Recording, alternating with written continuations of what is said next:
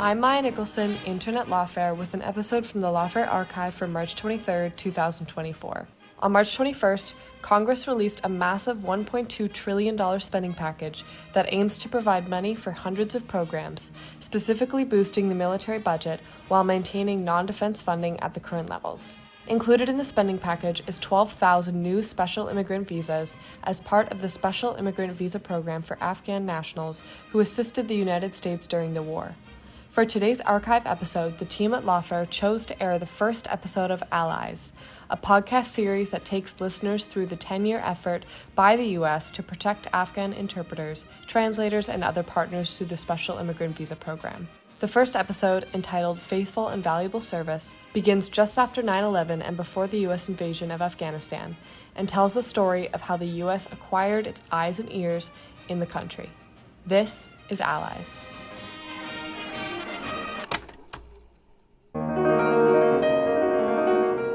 A warning for listeners. This podcast features stories about war, terrorism, and violence. It's important to hear, but it can also be disturbing. After 2 decades, the U.S. was getting out.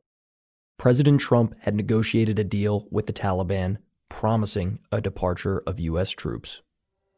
In spring 2021, President Joe Biden let the whole world know that he wasn't reversing course. American troops would be out of Afghanistan by the 20th anniversary of 9/11.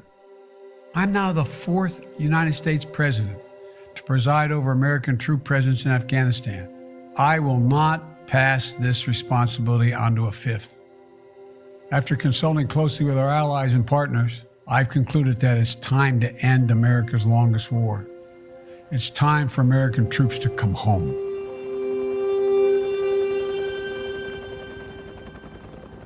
Journalist Matthew Akins was covering the withdrawal for the New York Times.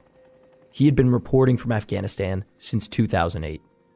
He says, with the Americans leaving, nearly every Afghan he talked to had no clue what was in store for them. Some who work for the U.S. government didn't even know if they'd be able to get out.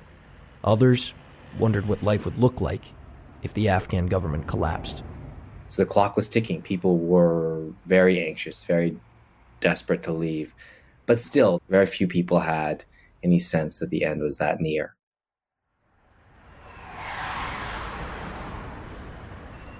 Rumors of the Taliban's advance had been trickling into Kabul for months. Now, they were closing in on the capital city. Well, I think that the Afghan government was in denial that the Americans were going to leave so quickly. The military was largely concerned with force protection, with covering its own butt as it was leaving. And that meant getting out as fast as possible. And that took the Afghans by surprise, definitely. As part of the evacuation effort, the Biden administration announced Operation Allies Refuge, a plan to get at-risk Afghans on flights out of the country. There was one group that was in particular danger. To wage this war, the U.S. had hired thousands of Afghan translators, interpreters, and other local partners. They were often on the front lines with U.S. soldiers. To any Afghan who dealt with the United States, they were the face of the war. Their service made them targets for kidnapping, extortion, and murder by the Taliban. In recognition of their service and the danger they faced, Congress had created a program over a decade earlier. This program would get them resettled in the U.S. These Afghans could apply for something called a Special Immigrant Visa, also known as an SIV. If there was ever a time for this program to kick into gear, it was now. In Kabul, Matt Akins spoke to 2 Afghan interpreters on August 15th. They both served with U.S. Special Forces and had applied for SIVs. They were waiting for years for this visa, jumping through all these bureaucratic loopholes while feeling the Taliban were getting closer and closer. So there was like they were just staying one step ahead of the insurgents. And, they kind of realized at the end that they were going to be left to their own devices and We were actually sitting there together at lunch, talking about this on the afternoon the city fell.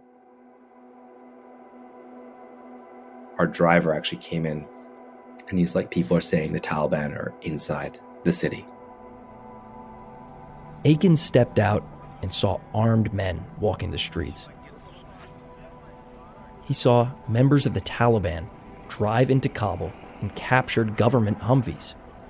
They were hanging out of the windows carrying US-made assault rifles, waving their white flags in the wind. Some crowds even cheered them on. That same day, as the city was falling, I was getting a lot of messages from former interpreters and other people who are working for the US government and foreigners who were asking me for help, like, how do I get out? How do I get to the airport? As the Taliban rapidly took over Afghanistan, desperate Afghans flocked to one place in Kabul, Hamid Karzai International Airport. There were just a few weeks until the deadline for flights out, August 31st. As each day passed, bigger crowds started to gather at the airport. Eventually, people started flooding the tarmac. Men, women, and children crowded around departing planes. People dangled off jet bridges, trying to force themselves into cabins. We got there and we're like, oh my God, what's happening? There's thousands of people streaming from all directions. At that moment, actually, a US C-17 was taking off on the runway and crushing people to death beneath its wheels. You know, those video images that were broadcast to the world. This morning, the flight from Kabul in one stark image. Complete and utter mayhem and chaos today at the Kabul airport. We are now playing out the visuals on your screen. They're images that have shocked the world. Desperate Afghans clinging to a US military plane. Others are seen falling to their death from the undercarriage of a plane as it becomes airborne. The US military locked down the tarmac after that. They started funneling people through an entrance called Abbey Gate. But this airport wasn't built for a country at peace. It wasn't a facility designed for flowing crowds. The Kabul airport was built to withstand blasts from car bombs and suicide bombers. So it had high concrete walls and narrow passages. Moats, HESCOs, barbed wire, towers, with machine guns in them, sandbags, like it's a fortress. That kind of defense, when you push mobs of people up against it, created death traps. I mean, people would get trampled, would get crushed, they get kind of forced into these choke points. American soldiers were posted at the gate to sort through the crowds, but it was nearly impossible to check for travel documents in the mad rush of bodies. Afghan men and women did anything to get their attention, yelling at the Marines, waving their papers, or even their children in the air.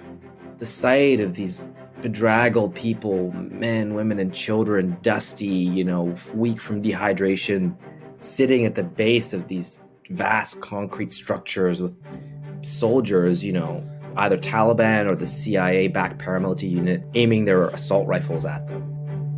It was just the most grotesque contrast. It was like something out of science fiction.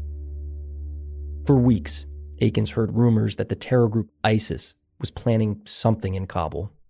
Then, on August 26th, he was sitting at his house when he heard an explosion.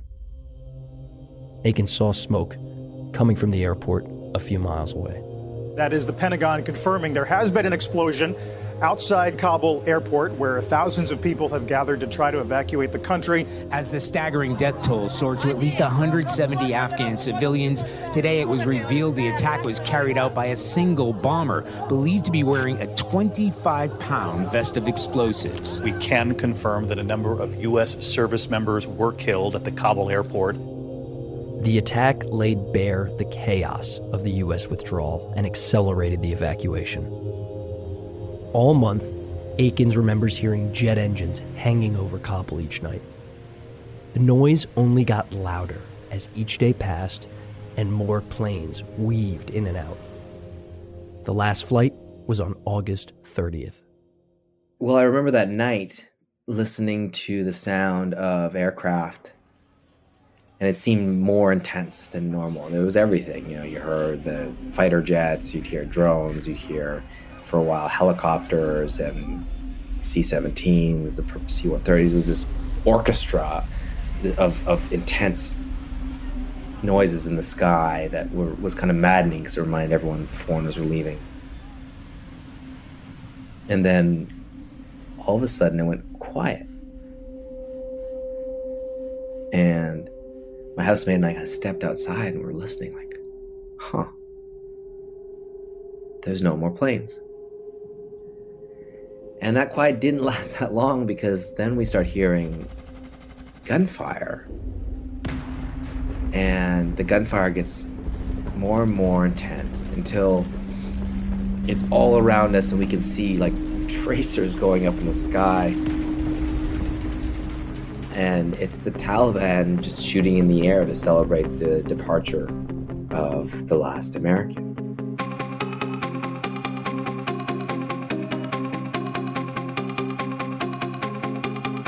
From Lawfare and Goat Rodeo, this is Allies, a podcast about how the U.S. government failed its eyes and ears in the war in Afghanistan. I'm your host, Bryce Clem. The U.S. military got thousands of people out of Kabul in August. But despite the decade-long efforts of veterans, lawmakers, and the highest-ranking officials in the military, even more were left behind. Many have gone into hiding, fearful of the Taliban seeking retribution. So how did we end up here? How was the fate of thousands of Afghans decided by which side of a wall they were on, and whether or not they had the right pieces of paper? What happened at the Kabul airport in August was the culmination of 20 years of war. A war where language and those who had access to it shaped the very way it was fought. We were the eyes and ears of U.S. troops in Afghanistan. The Taliban knew all this. That's why they used to shoot at them first. You're literally fighting blind if you do not have those interpreters with you. A war where the U.S. asked translators and interpreters to serve in the line of fire. You will hear from them on this podcast, but we can't use their full names. The Taliban will find them and will kill them. I moved my family from location to location 3 times. There's no option for us. Some days they will find you. People are going to listen to this, and there will be blood spilt back in Afghanistan if we're not careful. We will take you from the front lines to the halls of Congress, where lawmakers created a program to protect Afghan allies. We'll tell you how it was supposed to work and how it collapsed in the slow churn of bureaucracy. He was just banging his head against the wall trying to figure out, how do I unstick this? The problem was not the idea. The problem wasn't the legislation. The problem was the execution. These things might seem reasonable in Washington, much less reasonable if you're trying to stay alive long enough to get the damn visas. We will seek to answer questions that still linger from 2 decades of war. How did this program fail so many?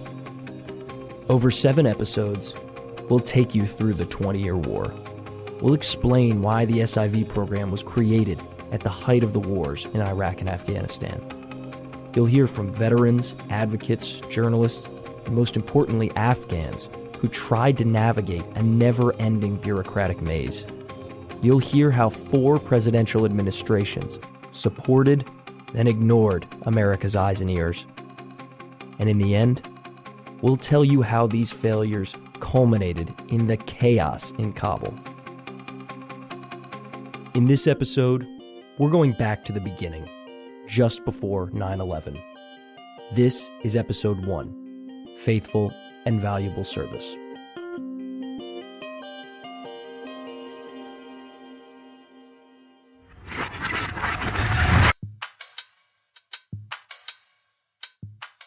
In the late 1990s, the terrorist group al-Qaeda repeatedly attacked U.S. assets, bombing embassies in Africa and a naval ship in Yemen. The United States launched an attack this morning on one of the most active terrorist bases in the world. It is located in Afghanistan and operated by groups affiliated with Osama bin Laden. a network not sponsored by any state, but as dangerous as any we face. A few years later, in the summer of 2001, John McLaughlin was the deputy director of the CIA. He says the agency was flooded with tips from Afghanistan. So the CIA knew al-Qaeda was planning another attack. But we had enormous amount of reporting. It was kind of off the chart in terms of indicators of preparations for some kind of attack by extremists. We believe that a plane has crashed into the World Trade Center in New York. A second plane drove in too, and you can see that plane coming around the building. And so when the second tower was hit, instantly, of course, I knew this was what we had been expecting.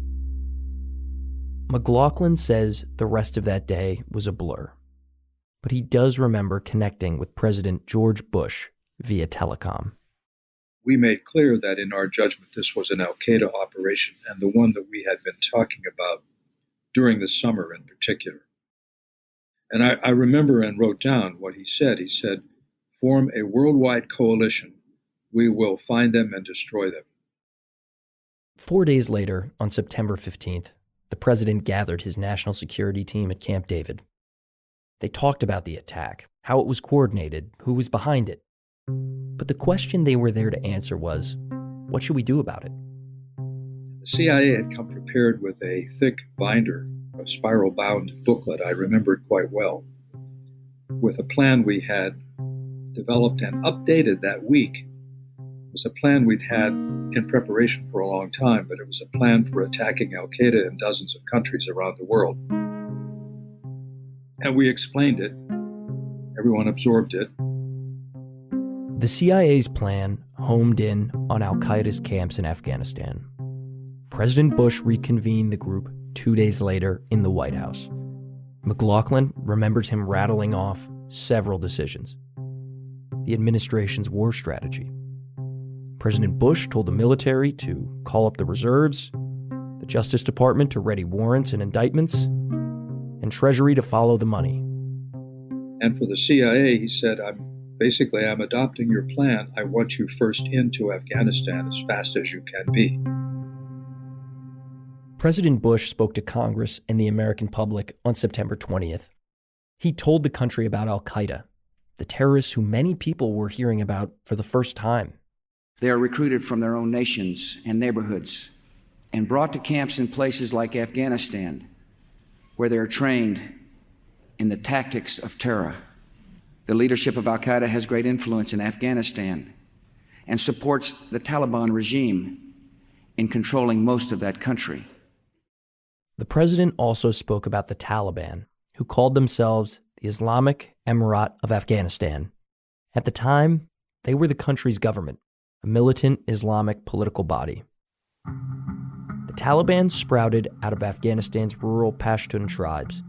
That's the country's largest ethnic group. Taliban is actually a Pashto word, meaning students. After the Soviet occupation, there was a power vacuum in Afghanistan, so Pashtun leaders started joining forces with former Mujahideen fighters. A civil war ensued. The details are complicated, but Taliban rule offered some security, so their influence spread across the country and took hold in huge parts of Afghanistan's rural provinces. By 1996, the Taliban had grown into a vast political movement. It governed through an austere and harsh vision of Islamic law, a fact President Bush and his administration repeated in the lead-up to the war. Women are not allowed to attend school. You can be jailed for owning a television. Religion can be practiced only as their leaders dictate. A man can be jailed in Afghanistan if his beard is not long enough. The United States respects the people of Afghanistan. After all, we are currently its largest source of humanitarian aid, but we condemn the Taliban regime.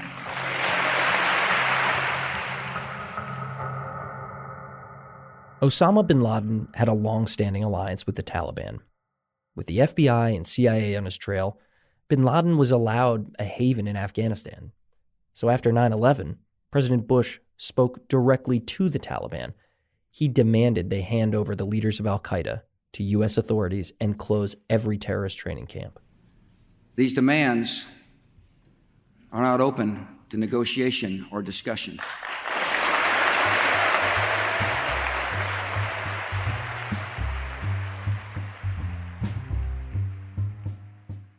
Former CIA Deputy Director John McLaughlin again. Within 15 days, we had those two teams on the ground in northern Afghanistan. As I recall, each one had about 8 people on it. A fair number of them had the local languages and weapons specialists. Our objective was to get in there as fast as we could on a chopper that was an old Soviet, I want to say M17 helicopter that we flew in from Uzbekistan through the mountains of northern Afghanistan. Within just a few weeks, about 300 CIA agents and special forces had landed in Afghanistan. They met with sources sprinkled across the country, Afghan village leaders and warlords who pointed them in the direction of bin Laden. McLaughlin described the scene. Uniforms went away. Everyone was dressed in civilian clothes. People were riding horses. It was a remarkable thing. One reason President Bush wanted the CIA first in was because they were the only government agency that knew much about Afghanistan. Everyone has to realize that when this occurred, there weren't many people in Washington who had paid attention to Afghanistan or knew much about it. And I recall in the first month after 9/11, I was sending teams of analysts out into Washington to other agencies, carrying maps and doing a briefing on, I would say, the subject of what exactly is Afghanistan. McLaughlin remembers one officer spreading out a map on the blue rug of the Oval Office. He squatted between President Bush and Vice President Cheney and pointed out Afghanistan's 34 provinces. He told them about the topography, Afghanistan's deserts, river valleys, and snow-capped mountains.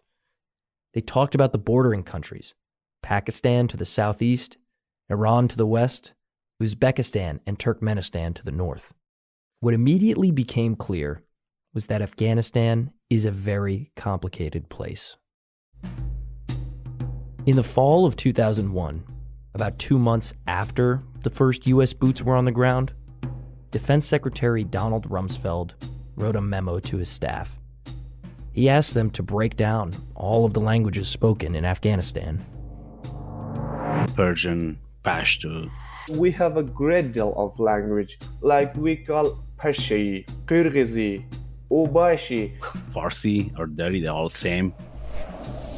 There are 2 main languages spoken in Afghanistan, Pashto and Dari, which is complicated enough, and Pashto has its own regional subdialects.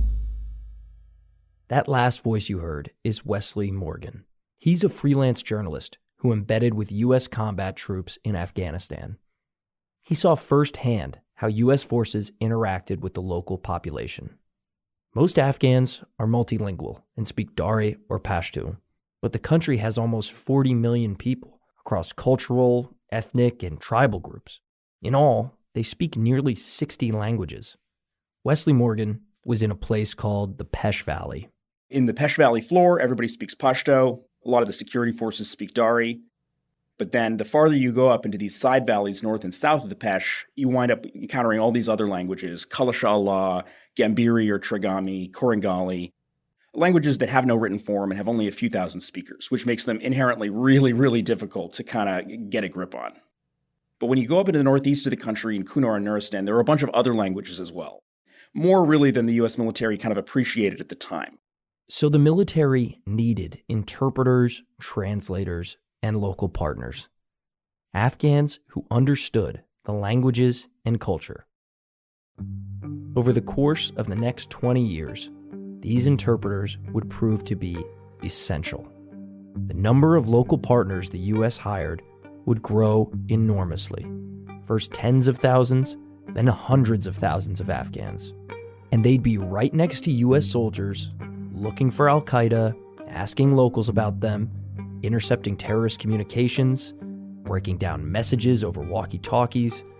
Later, they'd help broker huge government contracts to build roads and schools. Even the words interpreter and translator are too narrow to describe their role. Matt Zeller was a U.S. Army officer who advised Afghan forces.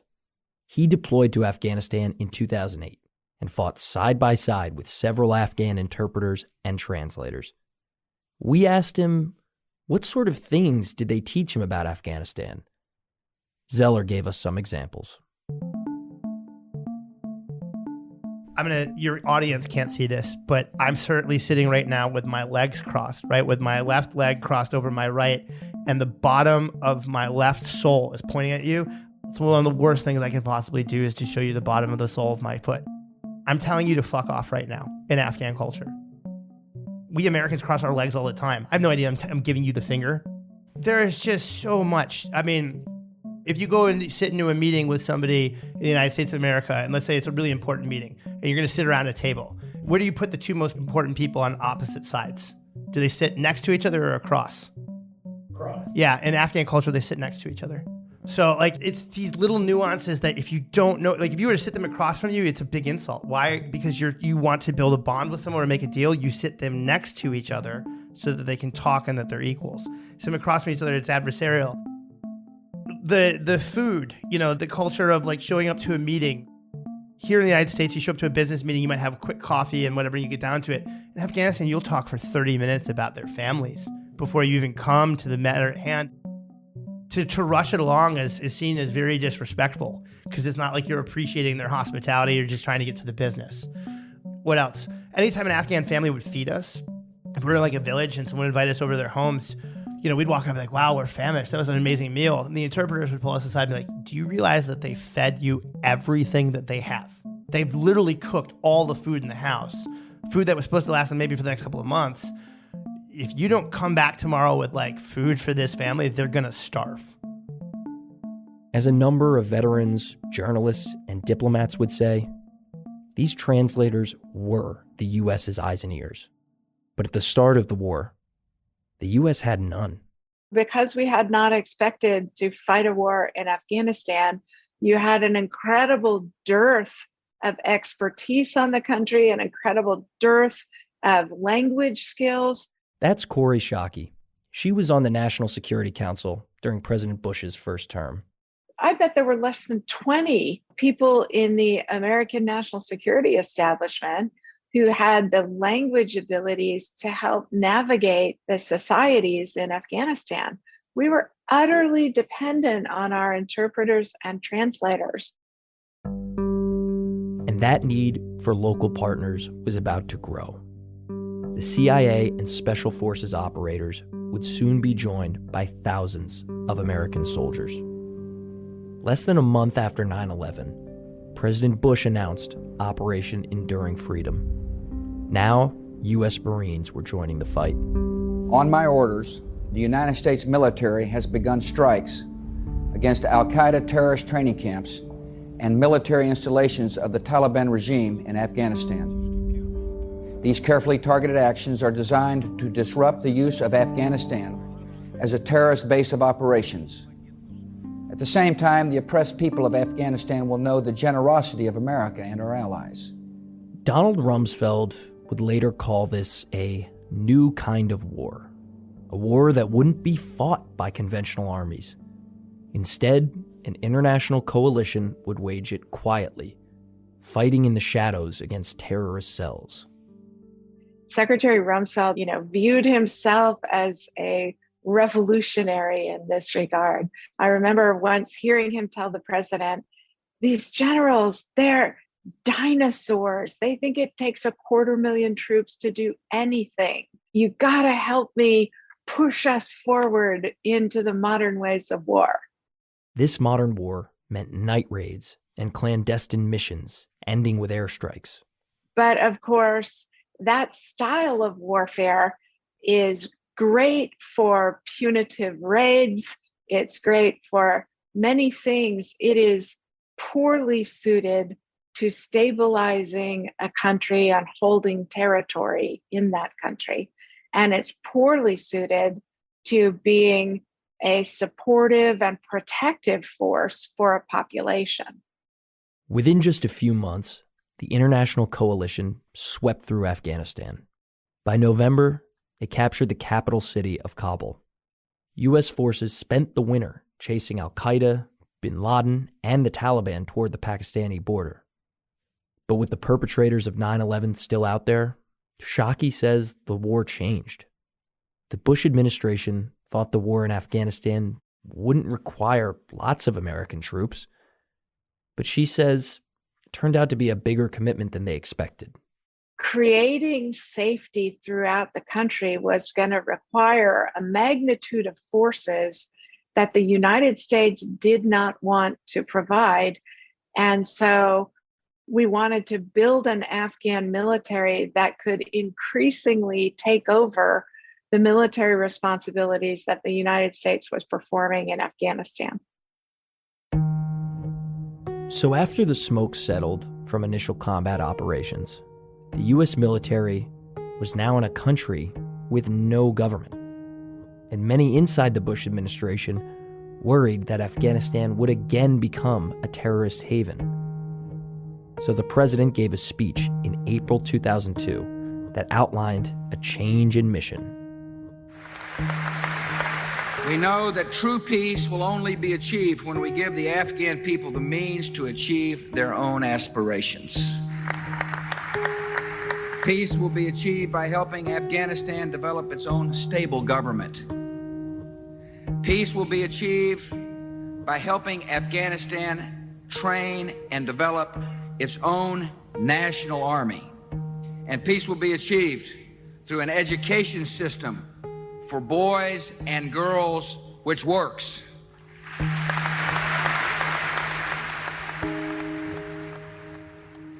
So the U.S. mission was growing into a nation-building one, and every single part of it was going to require interacting with the Afghan people. Whether that meant fighting the Taliban or opening new schools or even building an entire army from scratch, the U.S. forces would need more translators, interpreters, and advisors. The war in Afghanistan was going to need more resources. But then the Bush administration found a distraction. Here's Corey Shockey again. I would say the Bush administration had persuaded itself that Afghanistan didn't require any more attention or resources than we were giving it, which is not the same thing as having won. So the Bush administration started planning another invasion. High-ranking officials had been ringing the alarm on Saddam Hussein, the dictator of Iraq. They said Saddam was as big a threat to the U.S. as Osama bin Laden, and some even sought to connect Saddam to al-Qaeda. We could not accept the grave danger of Saddam Hussein and his terrorist allies turning weapons of mass destruction against us, and gradually we are learning the details of his hidden weapons program. A regime that harbors ambitions for regional domination, hides weapons of mass destruction, and provides haven and active support for terrorists. So in March 2003, the U.S. invaded Iraq with more than 150,000 American soldiers. At this hour, American and coalition forces are in the early stages of military operations to disarm Iraq, to free its people, and to defend the world from grave danger.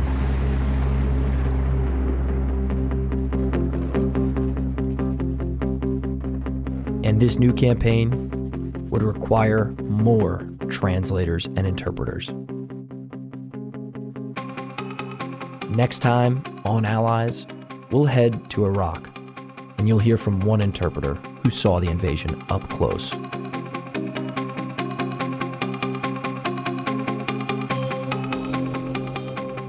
Allies was created, written, and produced by the show's lead producers, Max Johnston and me, Bryce Clem. Ben Wittes is our executive producer. Mixing and additional editing from Rebecca Seidel. Production and editorial assistance from Ian Enright, Isabel Kirby-McGowan, Kara Schillen, and Megan Nadolski. Theme music and scoring from Max Johnston. Additional music from Blue Dot Sessions. Senior producers at Goat Rodeo are Megan Nadalski and Ian Enright. At Lawfare, editorial support from Natalie Orpett, Catherine Pompilio, Claudia Swain, and Scott Anderson. A special thanks to Matthew Akins, Wesley Morgan, and his book, The Hardest Place, John McLaughlin, Matt Zeller, and Corey Shockey. Allies is a production from Lawfare and Goat Rodeo. You can find it wherever you get your podcasts. Please rate and review the show. It helps spread the word.